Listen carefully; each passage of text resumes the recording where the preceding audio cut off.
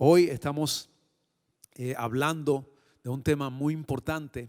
Yo diría uno de los temas más importantes en la palabra del Señor para todo cristiano, para todo creyente. Y hoy estamos hablando de la resurrección de Cristo, ya que hemos celebrado recientemente la Pascua, ¿verdad? Y en esta celebración yo creo que es muy importante saber que el símbolo de la iglesia, aunque muchas veces, ¿verdad?, las iglesias se reconocen por la cruz y vemos la cruz y ya sabemos que ahí hay una iglesia que alaba a Cristo, que conoce al Señor. Pero yo diría que más que el símbolo de la cruz, el símbolo de la iglesia es la tumba vacía. Porque sin resurrección, verdaderamente, nada de lo que hacemos tendría sentido. Sin resurrección no hay cristianismo. ¿Por qué es importante conocer y aprender sobre la resurrección? Sin resurrección no hay esperanza, no hay cristianismo. Hay constantes ataques que la iglesia ha recibido desde sus comienzos, atacando lo que es la resurrección de Cristo desde los comienzos por diferentes personas, grupos, religiones, inclusive muchos ataques contra la resurrección de Cristo. Por eso es importante que hablemos de eso. Hablemos de evidencias que demuestran que la resurrección es un hecho histórico, es un hecho real y que para nosotros los cristianos es un hecho que es cierto, que lo llevamos en nuestro corazón y que creemos con todo nuestro corazón en la resurrección de Cristo. Así que primeramente quiero decir que la resurrección de Jesucristo es la hazaña más grande que ha sucedido en toda la historia del ser humano. En toda la historia de la humanidad es la hazaña más grande. Algunos de ustedes que están mirando hoy, que todavía no han entregado su corazón a Jesús, si ponen atención sabrán que la resurrección es una realidad para todo aquel que siga a Jesús, todo aquel que abra su corazón a Jesús. La resurrección es una realidad para todos nosotros. La Biblia dice que algunos resucitarán físicamente para pasar la eternidad con el Salvador en el cielo nuevo y la tierra nueva, y otros para una separación eterna de nuestro Dios y de nuestro Salvador. Así que creer en la resurrección no es un salto a ciegas que nosotros hacemos como creyentes en Jesús. Es lo contrario. Esto no es un salto a ciegas que no tiene ninguna fe fundamentada. Al contrario, tiene fe fundamentada en hechos históricos y en evidencia. Así que de eso queremos hablar hoy. Hay historia, hay evidencias claras que demuestran la resurrección de Cristo, que es tan importante para nosotros los creyentes. Así que la resurrección que está y siempre ha estado bajo ataque y continúa hoy bajo ataque. Hoy más que nunca debemos saber cómo defender la credibilidad de la resurrección de Cristo. Cómo podemos defender y a la misma vez fortalecer nuestra fe y la fe de nuestros hermanos. Por eso compartimos esto hoy. La resurrección es lo que eleva el cristianismo sobre todas las religiones del mundo. Eso es lo que hace diferente a todas las demás religiones. El cristianismo va por encima porque es el camino, la verdad y la vida, que es Cristo Jesús.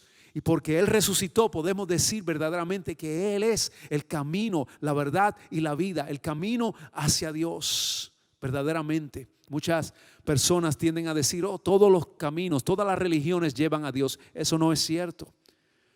Solamente hay un camino y ese camino se llama Jesús, porque Él probó por medio de la resurrección que la muerte no pudo contenerlo. Así como la muerte ha detenido a toda la humanidad que ha muerto, ha dejado de ser. Nadie jamás ha resucitado. Solamente Cristo resucitó para vida eterna. Por eso Él es el camino, la verdad y la vida. Cristo demostró por medio de la resurrección que está por encima de cualquier hombre, por encima de Abraham en la religión del judaísmo, ¿verdad? Por encima de Buda, por encima de Mahoma, por encima de Confucio. Cristo está por encima. Jesús es totalmente único. Y nosotros como creyentes tenemos que siempre saber esto y enfatizar esto. Jesús tiene poder tanto para entregar su vida como para volver a tomar su vida de nuevo. Y eso es exactamente lo que Él hizo cuando fue a la cruz, murió en la cruz. Él demostró que esa muerte que Él padeció en la cruz, esa muerte no pudo detenerlo a Él. Él tiene poder sobre la muerte y lo demostró claramente. Así que debemos estar preparados para defender la credibilidad de la resurrección de Cristo Jesús. Así que voy a hablar de varias cosas. Voy a hablar de, número uno, el sufrimiento mortal de Jesús en la cruz para aquellos que han dicho que Jesús no murió en la cruz. Vamos a hablar, número dos, sobre la tumba vacía. Número tres, las apariciones de Cristo. Y número cuatro, la transformación radical que tuvieron los apóstoles cuando ellos experimentaron al Cristo resucitado. En el libro de Mateo, capítulo 27, verso 45, 46, dice: al mediodía la tierra se llenó de oscuridad hasta las 3 de la tarde. A eso de las 3 de la tarde Jesús clamó en voz fuerte: Elí, Elí, lama sabactani, que significa: Dios mío, ¿por qué me has abandonado? Verso 50 dice: entonces Jesús volvió a gritar y luego entregó su espíritu. Hablemos primero sobre esta primera columna o pilar que sostiene el relato de la resurrección. El sufrimiento mortal de Cristo en la cruz. Este es uno de los hechos que está mejor o que ha sido mejor establecido en la historia. Uno de los hechos mejor establecidos ha sido este. Hay un consenso entre eruditos o escolares, expertos en el Nuevo Testamento, quienes dicen de que Jesús murió en la cruz. En esto están completamente de acuerdo. Jesús murió en la cruz, fue enterrado en la tumba que pertenecía a José de Arimatea, y su muerte llenó de desesperación a todos sus discípulos. En esas tres cosas, estos muchos eruditos en el Nuevo Testamento, personas que son expertos, escolares, estudiosos en estas materias, todos están de acuerdo en esas tres cosas. Jesús murió en la cruz.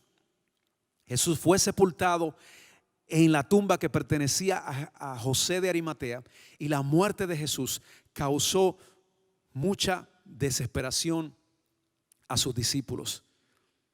Hablando en cuanto a los datos médicos, los mejores cerebros de la medicina de los tiempos antiguos y también de los tiempos modernos han demostrado sin duda alguna que el trauma que sufrió Cristo en la cruz fue mortal.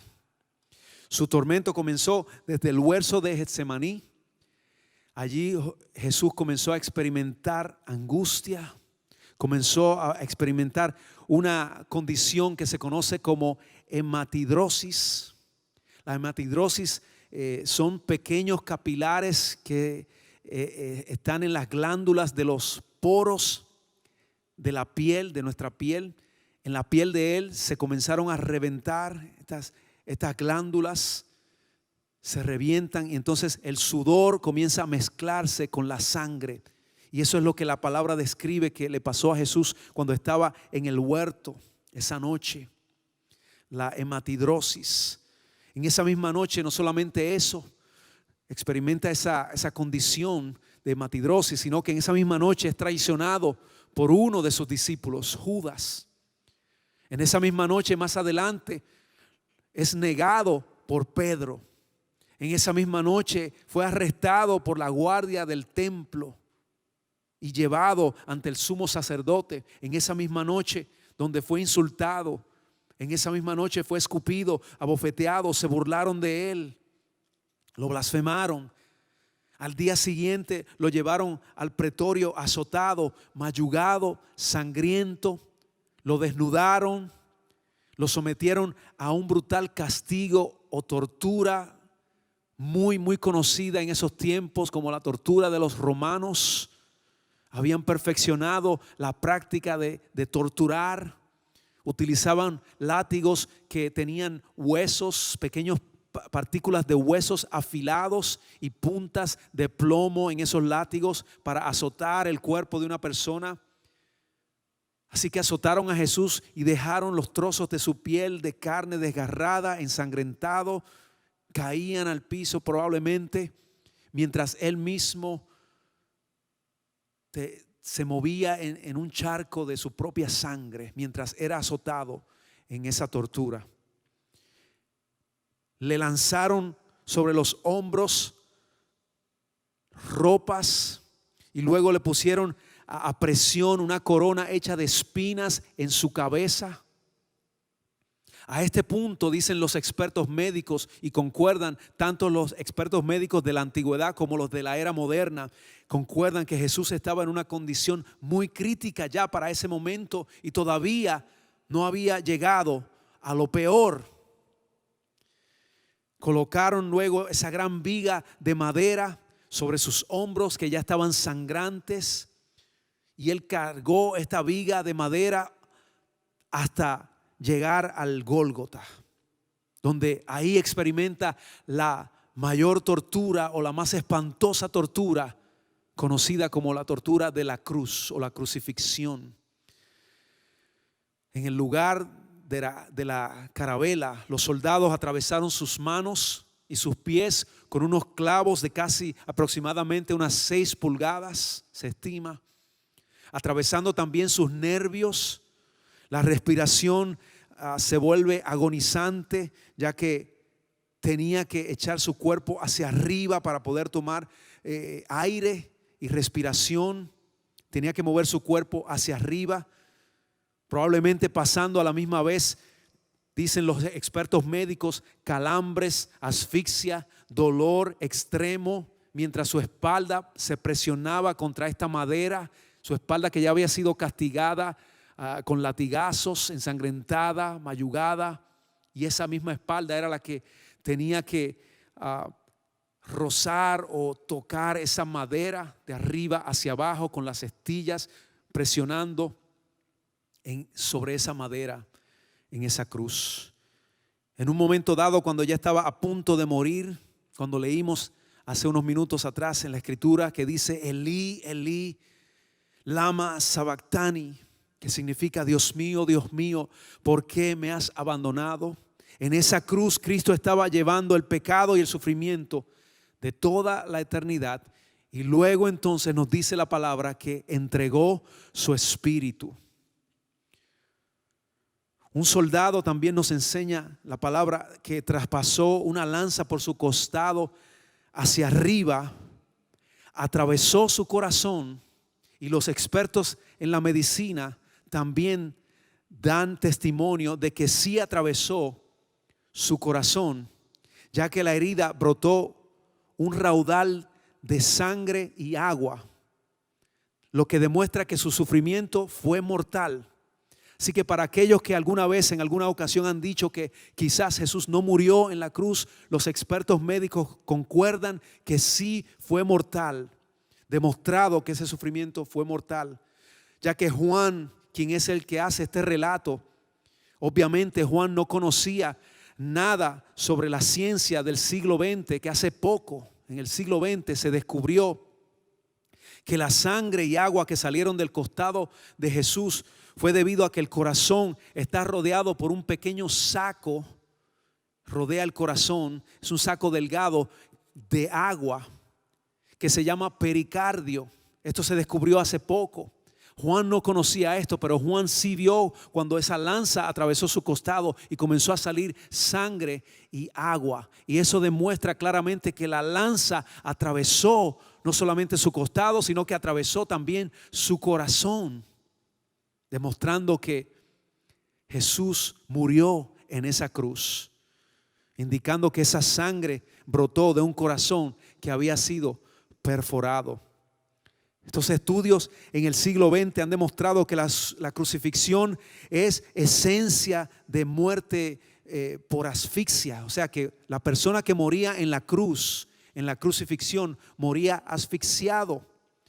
porque el cuerpo está colgando hacia abajo, los músculos que rodean los pulmones, entonces al estar colgando el cuerpo detienen la respiración y el cuerpo de la persona no puede respirar, tiene que impulsarse hacia arriba, estando clavado en la cruz, para poder entonces tomar un poco de aire y volver de nuevo a la posición de colgar de nuevo en la cruz, ya que la fuerza no alcanza suficiente para mantenerse arriba, sino que tiene que regresar de nuevo a una posición de colgar y comienza de nuevo a asfixiarse la persona. Y eso era lo que Jesús tenía que hacer, probablemente constantemente, moverse hacia arriba para poder buscar un poco de respiración y luego seguir colgando. Todos los médicos expertos de la antigüedad y la era moderna también concuerdan en estas cosas. Jesús murió en la cruz. Hay pruebas. Otra base fundamental de la resurrección es la tumba vacía. Y en 1985 se inició uno de los ataques más agresivos contra el Jesús de la Biblia. Esto fue por parte de unos llamados eruditos o expertos, quienes se hacían llamar el Seminario de Jesús, con su fundador Robert Funk. En esencia, lo que querían hacer es que la gente, lo que ellos llamaban, buscaran un progreso, tratando de convencer de que el Jesús de la Biblia no tenía que ser adorado, no había que adorar al Jesús de la Biblia, ya que según ellos decían o dicen, el Jesús de la Biblia es un mito, diciendo cosas como, por ejemplo, eso de que Jesús fue enterrado y resucitó fueron ilusiones vanas, es lo que dicen esta gente del seminario, llamado Seminario de Jesús. Este tipo de gente no está escondiendo su desprecio contra el Jesús que nosotros conocemos, que nos enseña la Biblia. Llegan inclusive a decir que es un simple campesino e inclusive le llaman hasta un comediante judío. El problema con estas personas o que se llaman ser eruditos del llamado Seminario de Jesús, el problema es que tienen por costumbre hacer este tipo de afirmaciones sin presentar ningún tipo de argumentos en cuanto a estas afirmaciones que puedan defender sus argumentos. No tienen nada que pueda probar lo que ellos dicen. Ejemplo, dicen que Jesús no dijo más de 80% de las cosas que están en los evangelios, diciendo que su muerte fue tan solo un accidente y algo insignificante, y por lo tanto ellos dicen que la resurrección fue una invención cristiana posterior a la cruz. Y ellos naturalmente no creen en lo sobrenatural, por lo tanto rechazan la resurrección. Ellos han logrado grandes titulares a través de los medios, a través de los años, afirmando estas cosas que tratan de mostrar a los cristianos como si los cristianos fueran personas ingenuas que creen a ciegas. Y por eso estamos hablando de la resurrección de Jesucristo, porque nosotros no creemos simplemente a ciegas. Nosotros creemos porque hay evidencia suficiente histórica que ha probado que Jesús resucitó. Y por eso nosotros creemos, la Biblia es un libro que es de origen divino, no meramente de origen humano, y es probada desde el Antiguo hasta el Nuevo Testamento. Hemos hablado de esto en otras ocasiones, y si estás mirando este video puedes mirar algunos de nuestros videos hablando sobre, defendiendo la Biblia, lo que hemos dicho sobre esto. Así que estas personas continúan sus ataques contra el Jesús que nosotros conocemos, que nos enseña la Biblia, el creador de todas las cosas. Así que es crucial que nosotros como cristianos, como creyentes, nosotros tengamos una base firme sobre lo que es la resurrección de Cristo, para demostrar que nosotros no creemos simplemente las cosas a ciegas y que hay evidencias contundentes de que Jesús fue enterrado en una tumba y que esa mañana de la Pascua, hace más de 2000 años, la tumba estaba vacía verdaderamente. Uno de los eruditos de la Universidad de Cambridge, un experto erudito, estudioso del Nuevo y el Antiguo Testamento, conocido como John A. T. Robinson, de la Universidad de Cambridge reconoce que el proceso fúnebre de Jesús es uno de los hechos que ha sido mayor y mejor atestiguados acerca de Jesús. Otros eruditos del Nuevo Testamento están de acuerdo en que Jesús fue enterrado en la tumba de un hombre llamado José de Arimatea, el cual es registrado por la Biblia, y que es poco probable que esto haya sido un invento, ya que José de Arimatea era miembro de la corte judía.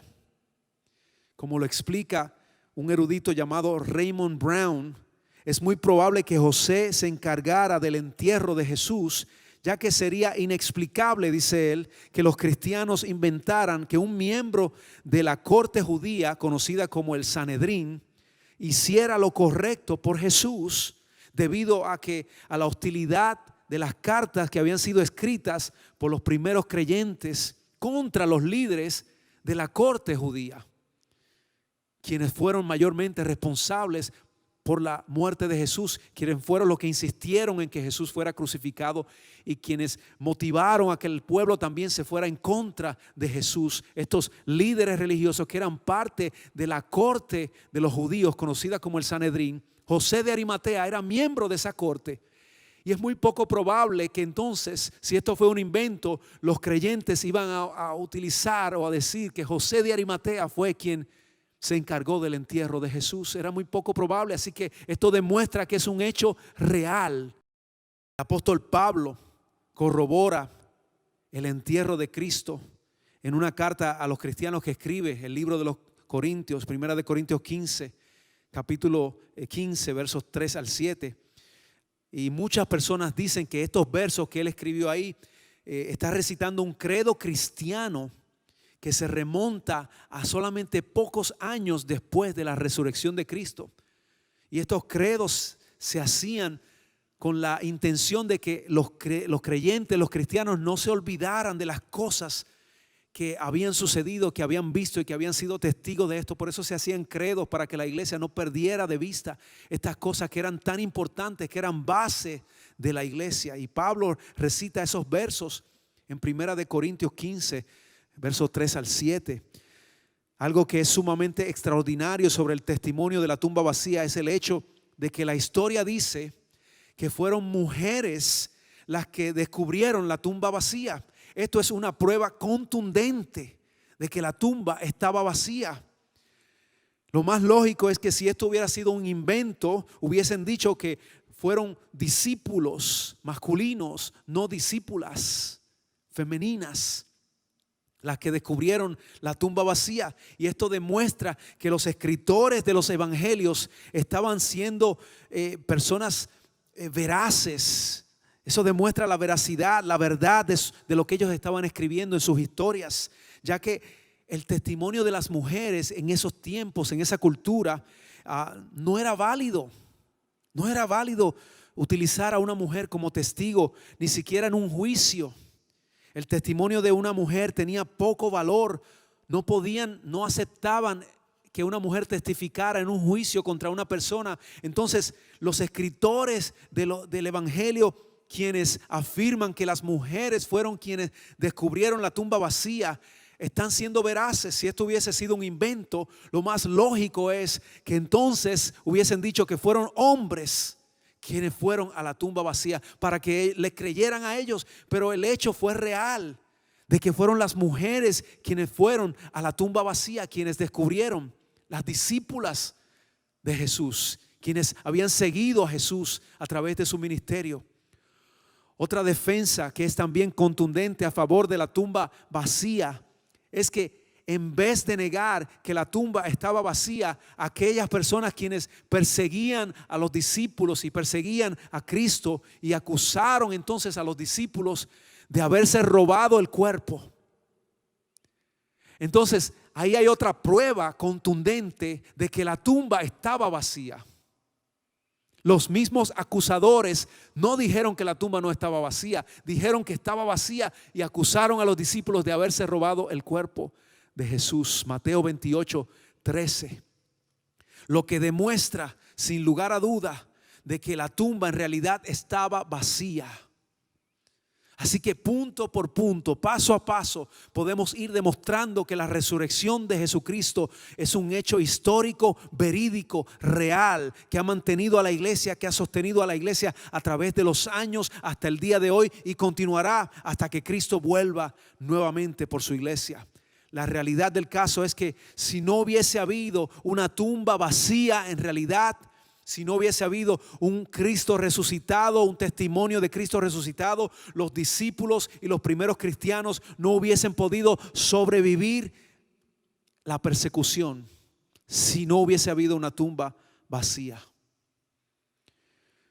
Siguiendo con las bases fundamentales que confirman la resurrección de Cristo y que fue un hecho histórico y muy real, hablamos ahora de las apariciones de Cristo después de haber resucitado. Lucas capítulo 24 versos 36 al 39. Lucas 24, 36 dice: todavía estaban ellos hablando acerca de esto cuando Jesús mismo se puso en medio de ellos y les dijo: paz a ustedes. Aterrorizados creyeron que veían a un espíritu. ¿Por qué se asustan tanto?, les preguntó. ¿Por qué les vienen dudas? Miren mis manos y miren mis pies. Soy yo mismo. Tóquenme y vean. Un espíritu no tiene carne ni huesos, como ven que yo los tengo. Esas fueron las palabras de Jesús cuando se le aparece a sus discípulos. Lucas 24, 36. Aquí tenemos entonces al doctor Lucas, quien también escribió el libro de los Hechos, y en el libro de los Hechos él escribe que Jesús les dio a los discípulos indudables pruebas, en sus palabras, de que él estaba vivo. Pedro hizo una proclamación en el día de Pentecostés, cuando usted lee el libro de los Hechos, diciendo que muchos testigos presenciales dignos de confianza confirmaron la realidad de las apariciones físicas de Jesús después de haber resucitado. Léalo en Hechos capítulo 2, verso 29 al 32. Pedro está hablando de testigos presenciales que vieron a Jesús y dignos de confianza. Si usted va a hacer una declaración así, usted será mejor que tenga testigos, porque la gente va a ir a hablar con ellos y van a ir a preguntarles. Así que Pedro no haría una declaración como esa a menos que no haya sido cierto que habían testigos presenciales, porque es muy fácil ir donde esas personas y preguntar y verificar. Aquí entonces vemos Pablo, escribiendo en su primera carta a los Corintios, enfatiza confiadamente en las apariciones de Cristo. Primera de Corintios capítulo 15, versos del 1 al 8 dice: ahora, hermanos, quiero recordarles que el evangelio que les prediqué, el mismo que recibieron, en el cual se mantienen firmes, mediante este evangelio son salvos si se aferran a la palabra que les prediqué. De modo habrán creído en vano, o de otro modo habrán creído en vano. Verso 3: porque ante todo les transmití a ustedes lo que yo mismo recibí. Y aquí comienza ese credo que dice que Cristo murió por nuestros pecados según las Escrituras, que fue sepultado, que resucitó al tercer día según las Escrituras, y que se apareció a Cefas y luego a los 12.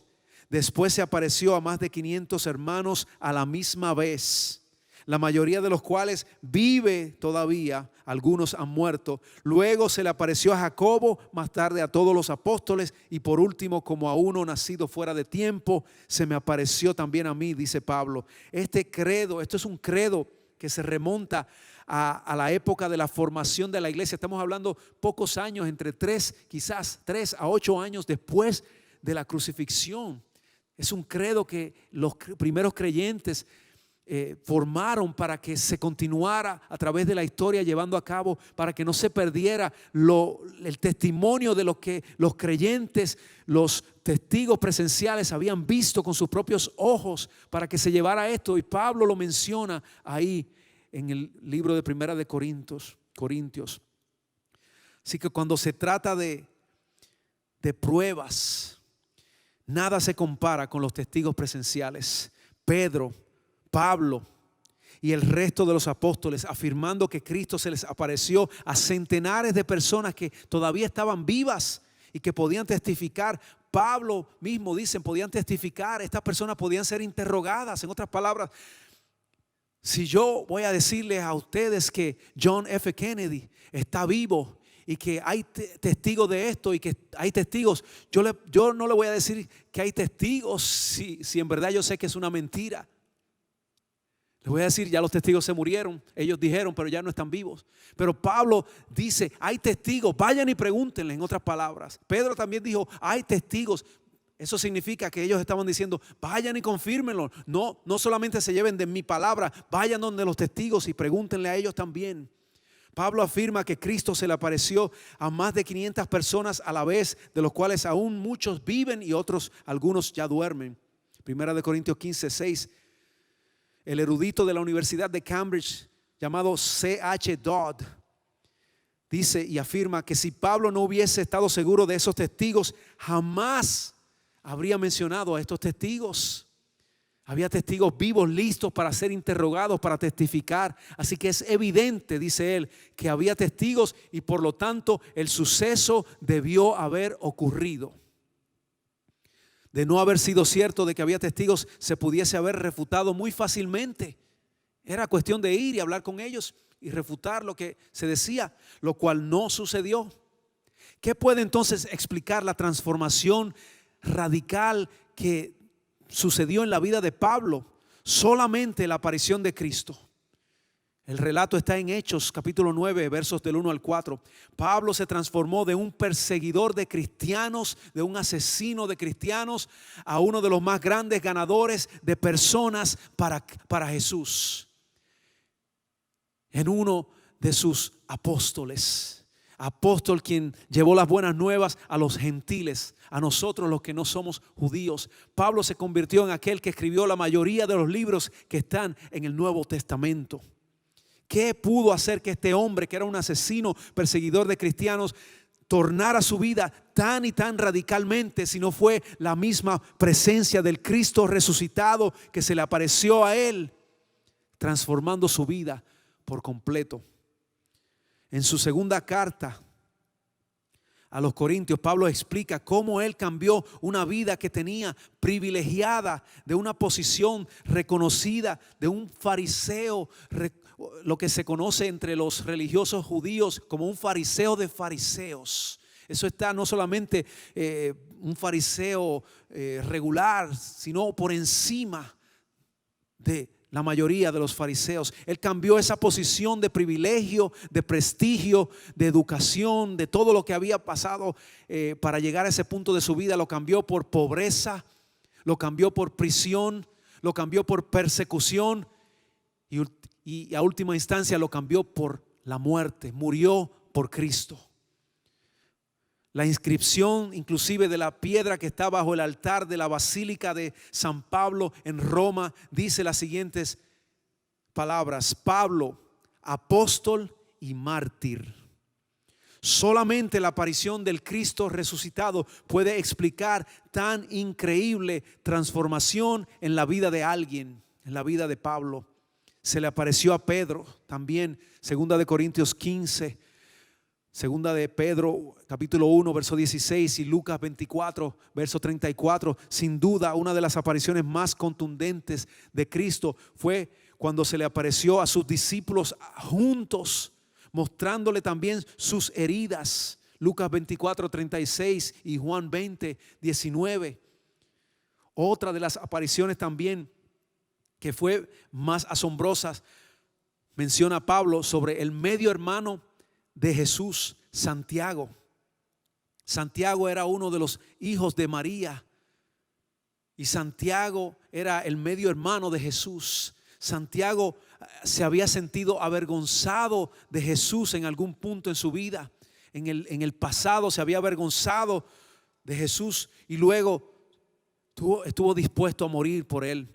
El historiador conocido, un historiador judío llamado como Josefo, relata en una de sus historias o relatos, dice que Santiago murió apedreado en una forma ilegal por la junta de los judíos o la corte de los judíos conocida como el Sanedrín.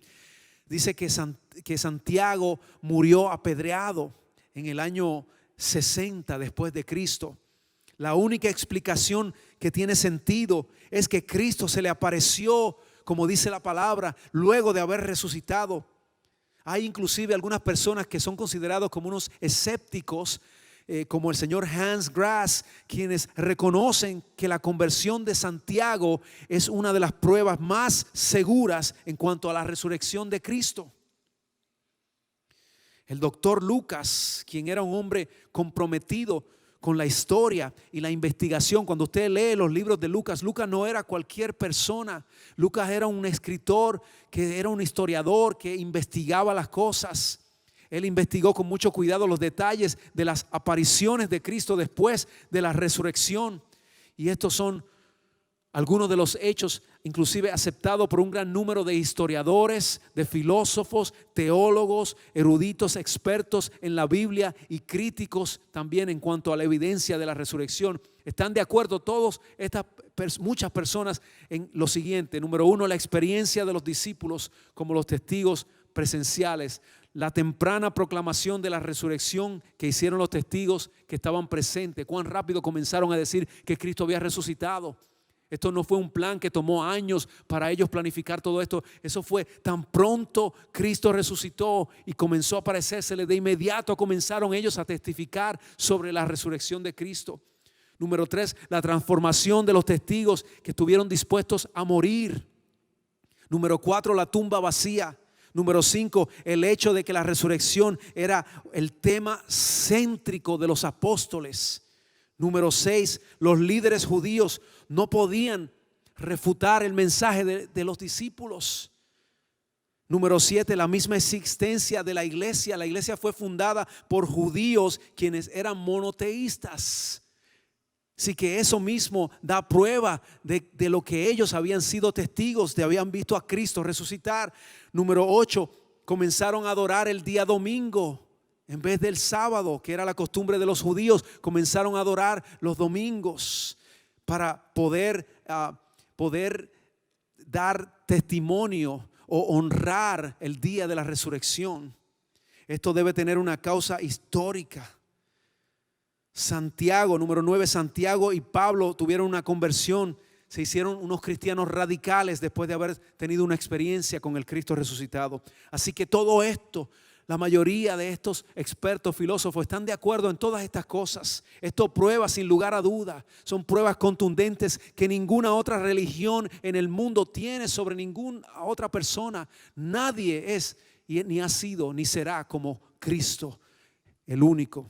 Finalmente, la transformación de ellos, los que fueron testigos de la resurrección, enfrentaron muerte, persecución, desprecio, pero estaban convencidos que así como su maestro, ellos también iban a resucitar. Por eso fue que estuvieron dispuestos a entregar sus vidas, porque ellos vieron a Cristo resucitar y ellos sabían que el día que ellos también murieran, ellos también resucitarían como Cristo a la vida eterna.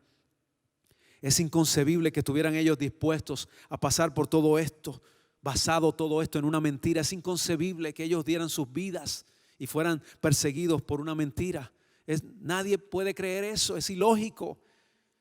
El famoso doctor en leyes Simon Greenleaf escribió en su libro El testimonio de los evangelistas, escribió lo siguiente: mientras unos morían de una manera espantosa, otros continuaban predicando aún con más fuerzas. Mientras veían que algunos de ellos padecían, morían, eran perseguidos y asesinados, ellos continuaban predicando más fuerte todavía. Solamente hay una explicación lógica para esto. Ellos habían visto al Cristo resucitado. Era imposible que hubieran persistido en afirmar esas verdades y la palabra que habían ellos dicho. Si Jesús no hubiera resucitado entre los muertos, basado en una mentira, era imposible seguir con todo esto. El filósofo cristiano J.P. Moreland señala que aun cuando Jesús fue asesinado de una forma brutal y grotesca, aún así los discípulos recordaban con gozo el cuerpo destrozado y la sangre derramada. Y él dice, solamente la resurrección de Cristo puede explicar esto. Es como decir, aquellos quienes admiraban al presidente John F. Kennedy o admiraban a Martin Luther King, es como decir que hoy lo recuerden y hagan una fiesta recordándolo. No, lo recuerdan con tristeza porque perdieron su vida en la forma que fueron asesinados, pero no lo celebran con gozo porque ellos no resucitaron, no tuvieron esa victoria, que el único que tuvo la victoria fue Cristo Jesús. Por eso es que los discípulos celebraban con gozo, porque ellos mismos lo vieron. Si ellos hubieran visto a un Cristo derrotado en la cruz, que se quedó en la cruz y se quedó en la tumba, jamás hubiesen estado celebrando día tras día a través de la comunión, teniendo comunión con el pan y el vino. No tenían esa comunión y con tristeza lo hacían con gozo, porque habían visto a Cristo resucitar, quien se le apareció a los discípulos personalmente y les dijo: toquen mis heridas, toquen mi cuerpo, sean testigos de que yo estoy vivo, de que vencí la muerte. La resurrección de Cristo fue un acontecimiento histórico. Tuvo lugar en nuestro espacio y en nuestro tiempo. Asimismo también nuestra resurrección va a ser un hecho histórico cuando Cristo regrese por su iglesia. Si regresa, va a regresar por nosotros. Cuando Él regrese, nosotros, si ya hemos muerto, nosotros seremos levantados de nuevo a la vida. Y si todavía estamos vivos cuando Él regrese, seremos transformados, dice la palabra, en un abrir y cerrar de ojos. Dice 1 Corintios capítulo 15, versos 51 y 52. Nuestro cuerpo resucitado será un cuerpo sobrenatural, así como el de Cristo, pero también será físico, así como el de Cristo. Será imperecedero, incorruptible, inmortal, y seremos por toda la eternidad guiados, dominados por el Espíritu Santo y no dominados por la carne ni la naturaleza de pecado, jamás, solamente por nuestro Dios. Y estaremos con Cristo para siempre. Finalmente, aunque los cristianos somos justos delante de Dios por medio de Cristo, todavía luchamos contra la naturaleza del pecado. Cuando recibamos a nuestro cuerpo espiritual, seremos lo que dice la palabra que somos en Cristo Jesús.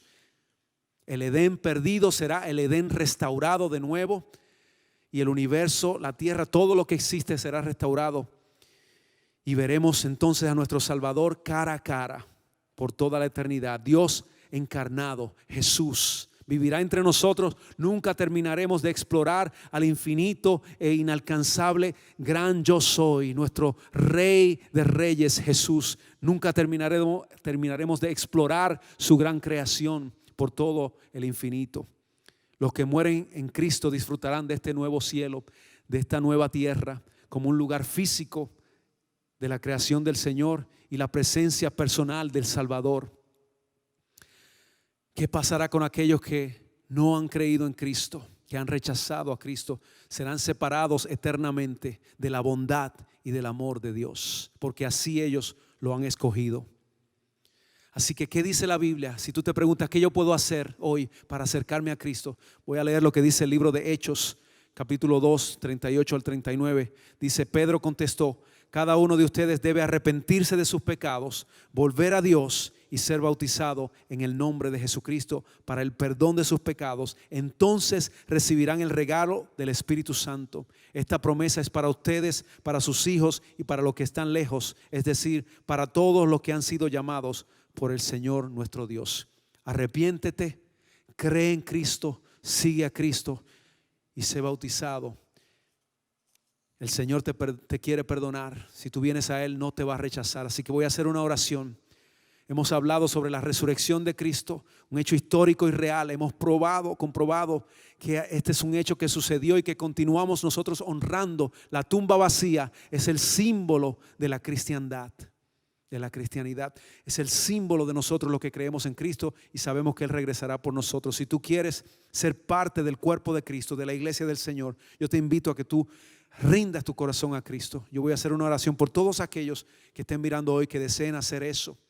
En el nombre de Jesús. Señor, te doy gracias ahora por todos los que están aquí y los que están mirándonos.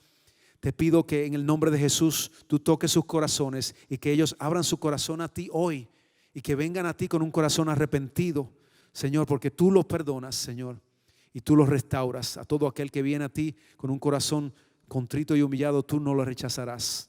Gracias, Padre, en el nombre de Jesús. Amén y amén. Escríbenos a la dirección que aparece en pantalla. Si quieres más información, te vamos a decir dónde puedes encontrar una iglesia que pueda seguir creciendo en el Señor. Iglesia, que Dios les bendiga a todos. Miren los otros videos que están en YouTube y en todos los medios. Compartan estos videos con la mayor cantidad de personas posibles, por favor, y ayúdenos para seguir esparciendo la palabra del Señor. Que Dios les bendiga y Dios les guarde, y será hasta la próxima.